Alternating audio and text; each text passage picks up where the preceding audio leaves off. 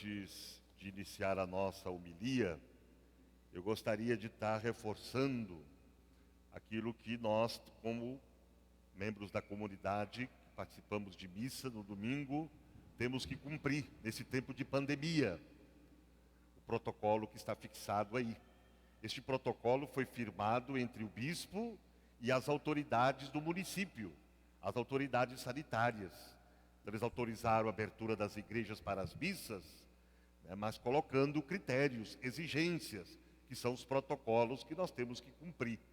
Um dos principais é o distanciamento. Nós não podemos fazer aglomerações aqui na igreja, nem lá no fundo, nem aqui no meio, nem aqui na frente. Então, quando a gente chega para a missa, cada um já vai para o seu lugar. Quem tem que ficar aqui já vem para cá, quem vai ficar aí nos bancos já ir direto para os bancos. E manter a distância de 2 metros. Sendo da mesma casa, nessa igreja aqui não tem tanto problema, porque o espaço é um pouco maior, então dá para ficar o esposo com a esposa juntos. Aqui dá para fazer assim. Então, nesse sentido pode. A outra coisa também é a questão do álcool em gel.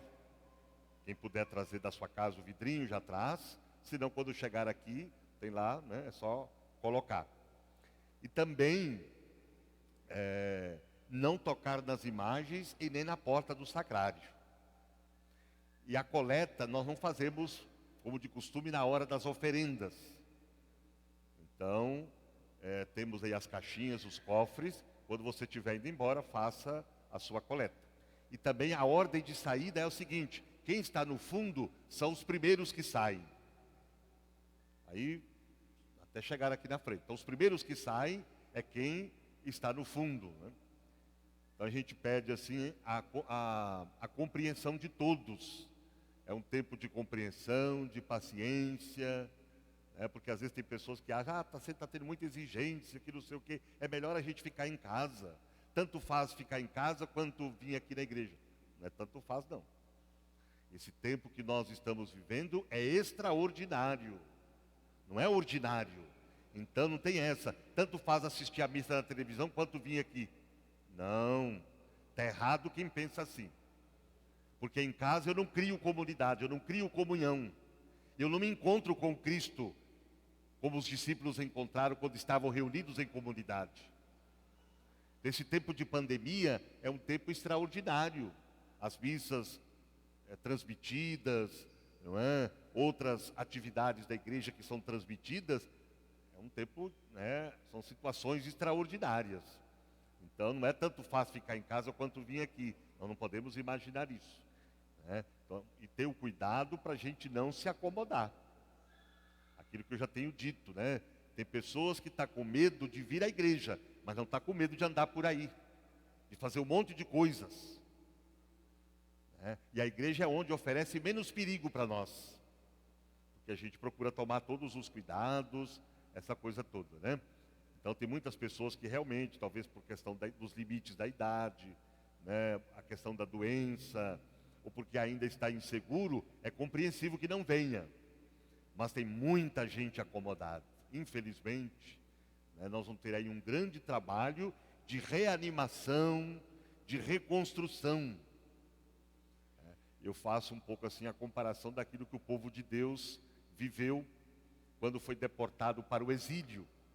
O povo desanimou, se desmotivou, perdeu o interesse, o povo não tinha mais vontade de reconstruir, de recomeçar a vida.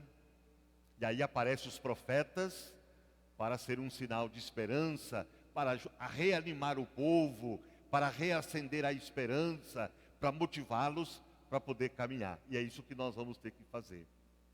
É preciso sair do comodismo. Não vamos nos acomodar na situação.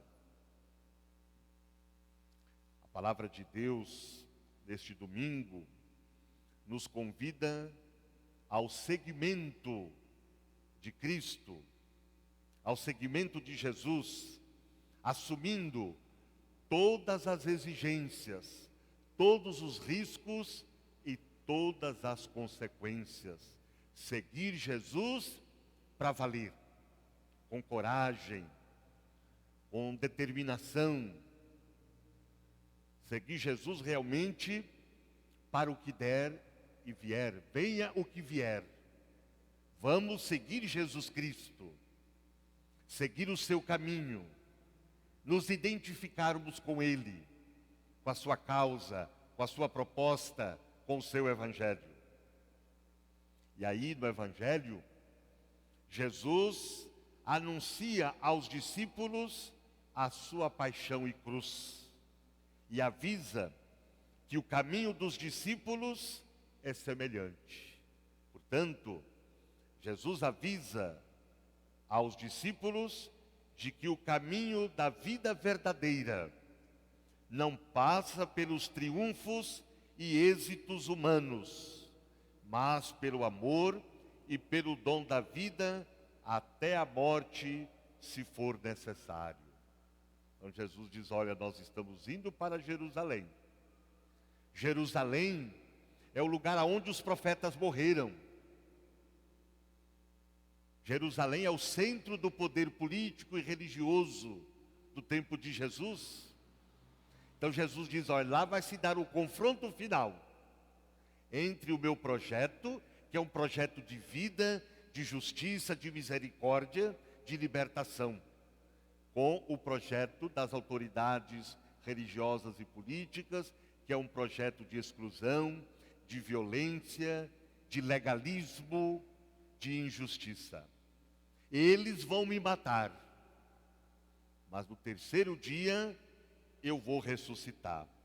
Pedro não concorda e começa a repreendê-lo. Jesus rejeita energicamente as insinuações de Pedro e diz, afasta-se de mim, Satanás, porque você não pensa as coisas de Deus, mas as coisas dos homens. Quer dizer, você não pensa as coisas de Deus, mas as coisas do mundo. Convicto de seguir o Messias glorioso, Pedro não aceita de modo algum a ideia de um Messias sofredor. Domingo passado, Pedro proclama a sua fé em Jesus. Ele é o Filho de Deus. Mas essa profissão de fé não estava isenta de equívocos. Porque na cabeça de Pedro e dos discípulos, estava uma falsa ideia do Cristo. Porque eles esperavam o Messias, o Cristo, glorioso, triunfalista, poderoso, que iria tomar o poder em Jerusalém pela força das armas. E Jesus diz, não, essa não é a minha lógica, essa não é a minha proposta. Então, na cabeça dos discípulos, estava a cabeça, a mentalidade do mundo, e Jesus vai tirar isso da cabeça deles. Não, olha, tire isso da cabeça de vocês.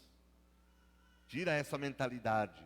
Jesus não criava falsas expectativas das pessoas. Ele mostra que o seu messianismo passa pela entrega da vida, pela cruz, pela doação da vida por amor. E para os discípulos isso era inconcebível, né? E muitos de nós também, às vezes temos uma ideia errada de Jesus.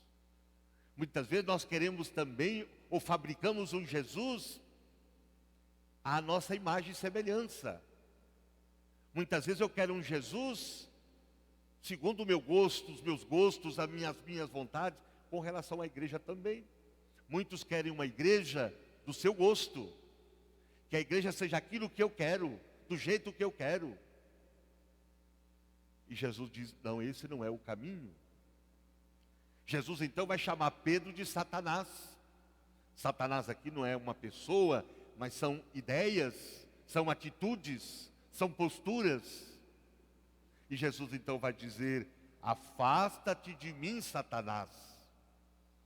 Jesus dizendo isso para Pedro, ele está falando, volte ao lugar de discípulo. Então Jesus não afasta Pedro, mas o convida a colocar-se em seu devido lugar. Seja discípulo. Não siga a mentalidade do mundo, não siga a lógica do mundo, mas a lógica de Deus. E aí então, Jesus vai colocar as condições para segui-lo. Ninguém tem obrigação de seguir Jesus, pois o seguimento é livre e opcional. No entanto, quem opta pelo seguimento, são feitos exigências radicais. Então, quem opta pelo seguimento de Jesus deve aceitar as exigências que ele faz. A primeira é a renúncia. Renunciar a si mesmo. E renunciar muitas vezes coisas que em si são boas, mas que podem ser obstáculos, empecilhos, para seguirmos Jesus do jeito que Ele quer. Renunciar a si mesmo significa renunciar ao seu egoísmo e autossuficiência para fazer da vida um dom a Deus e aos outros. O cristão não pode viver fechado em si próprio, preocupado apenas em concretizar os seus sonhos pessoais, os seus projetos de riqueza, de segurança, de bem-estar, de domínio, de êxito, de triunfo. O cristão deve fazer da sua vida um dom generoso a Deus e aos irmãos. Só assim ele poderá ser discípulo de Jesus e integrar a comunidade do reino. Não podemos viver apenas em função de nós mesmos. Tem muita gente que pensa que o mundo só gira em torno de si. Não podemos viver de maneira medíocre. Não podemos viver na mesquinharia. Não podemos viver no individualismo. O mundo de hoje nos incentiva ao individualismo, ao salve-se quem puder, ao cada um para si, Deus para todos. O importante é que seja bom para mim. O importante é satisfazer a minha vontade. Sendo bom para mim, eu não estou nem aí se não é bom para você, para os outros. Essa é a lógica do mundo. Jesus então diz que nós temos que renunciar isso, deixar essa lógica do mundo. Aquilo que nosso Papa tem dito muito, né? Nós não podemos ser mundanos. Nós estamos no mundo, mas não somos do mundo. E São Paulo, na segunda leitura, vai nos exortar a isso, a não nos conformar com as coisas erradas do mundo, a não estarmos de acordo com as coisas erradas do mundo, mas devemos mudá-las, devemos mudar a nossa mentalidade, a nossa maneira de pensar, a nossa maneira de agir. A nossa maneira de pensar, de agir, a nossa vida, portanto, a nossa existência, ela deve estar de acordo com as coisas de Deus, de acordo com os valores de Deus, de acordo com a palavra de Deus. E a segunda exigência que Jesus nos faz é tomar a cruz. Carregar a cruz. Não existe seguimento de Cristo sem a cruz. Não existe vida cristã sem a cruz. Não existe vida de família, vida matrimonial sem a cruz. Não existe vida sacerdotal sem a cruz. E no horizonte da cruz está a vitória, a ressurreição. A cruz é a expressão de um amor total, radical, que se dá até a morte. A cruz é a doação da vida por amor. Significa a entrega da própria vida por amor. Tomar a sua cruz não é apenas suportar com paciência as cruzes da vida, dores, doenças, sofrimentos, é muito mais. Não existe amor maior do que dar a vida, isso é a cruz. Aconteça o que acontecer, eu vou ficar firme. Eu não vou abrir mão de viver a minha vida a serviço dos outros, de viver a minha vida como dom para os outros. É dar hoje a nossa vida para os mesmos ideais. O que o mundo muitas vezes prega? O que a gente ouve por aí? O que eu ganho ajudando os outros? O que eu ganho fazendo bem? Eu vou perder tempo ajudando alguém? Eu vou perder tempo com isso? O que você ganha sendo catequista na igreja? O que você ganha servindo a comunidade? O que você ganha lá na sua família, fazendo bem pela sua família, se colocando a serviço também da sua família? O que você ganha? É a pergunta que o mundo faz. Porque é a lógica do quê? Levar vantagem em tudo, tem que ganhar. E aí o que Jesus então vai dizer, né? Ele vai dar as razões pelas quais devemos abraçar a lógica da cruz, a lógica da doação da vida por amor. Quem doa a vida não a perde, mas a ganha. Na dinâmica, na lógica de Deus é perder para ganhar. Quem quiser salvar a sua vida vai perdê-la. Mas quem perder a sua vida por causa de mim, esse vai ganhar a vida. Então quem é capaz de dar a vida a Deus e aos irmãos, não fracassou, mas ganhou a vida eterna, a vida verdadeira que Deus oferece a quem vive de acordo com as suas propostas. A primeira leitura, trecho da profecia de Jeremias, em que nos mostra ali a sua vocação, e ele descreve a experiência de cruz, de sofrimento. Ele foi motivo de chacota, como ele mesmo diz, de zombaria. Seduzido pelo Senhor, colocou toda a sua vida a serviço de Deus. Tu me seduziste, Senhor, e eu me deixei ser seduzido. E nesse caminho, conheceu o sofrimento, o desafio, a perseguição. Teve a tentação de largar tudo, mas não desistiu. Senti dentro de mim um fogo ardente a me penetrar. Quem de nós não tem vontade de desistir às vezes?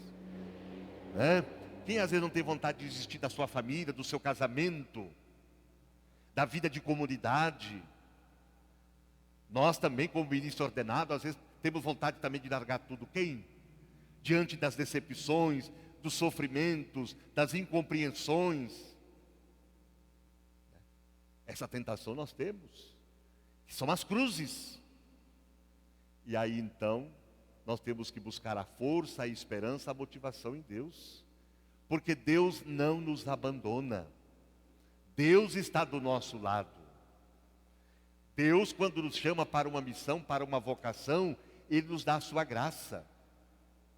Ele nos dá a assistência do seu amor, do seu espírito.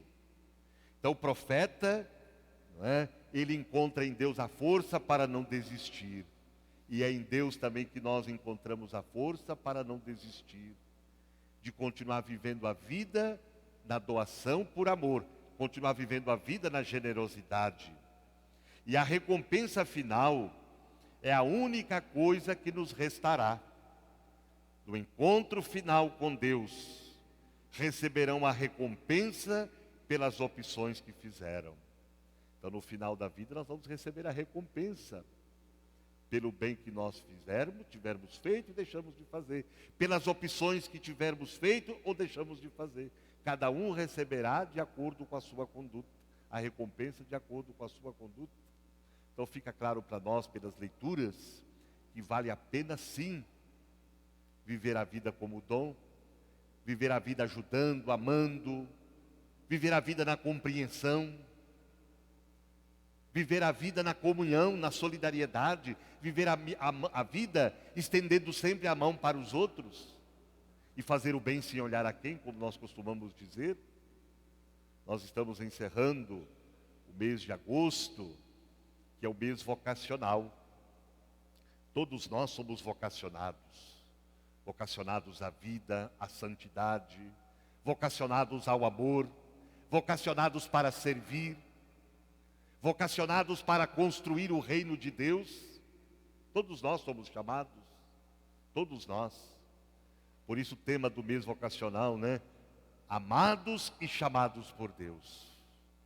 E o lema inspirado na profecia de Isaías, Deus dizendo para nós: eu te amo. Somos chamados a experimentar o amor de Deus. E experimentando esse amor, fazendo a experiência desse amor, nós somos chamados a testemunhá-lo com a nossa vida, no dia a dia. Somos chamados a manifestar o amor de Deus com nossas atitudes, com nossos gestos. E hoje nós celebramos o Dia dos Catequistas. Nós temos os catequistas específicos, né, que cuidam de crianças, jovens e adultos, né, que os ajudam nessa caminhada para depois receberem os sacramentos. Mas todos nós somos catequistas. Os pais são catequistas dos filhos. Os pais devem cada vez mais ter essa consciência que eles são catequistas dos filhos. Educar os filhos para o amor, para o verdadeiro amor, para o amor exigente, para o amor oblativo, para o amor responsável. Educar os filhos para os verdadeiros valores de Deus. Então que os pais também assumam essa missão. Então nós somos gratos a todos os nossos catequistas pelo trabalho, pela dedicação deles. A eles a nossa gratidão, nosso reconhecimento, o nosso muito obrigado.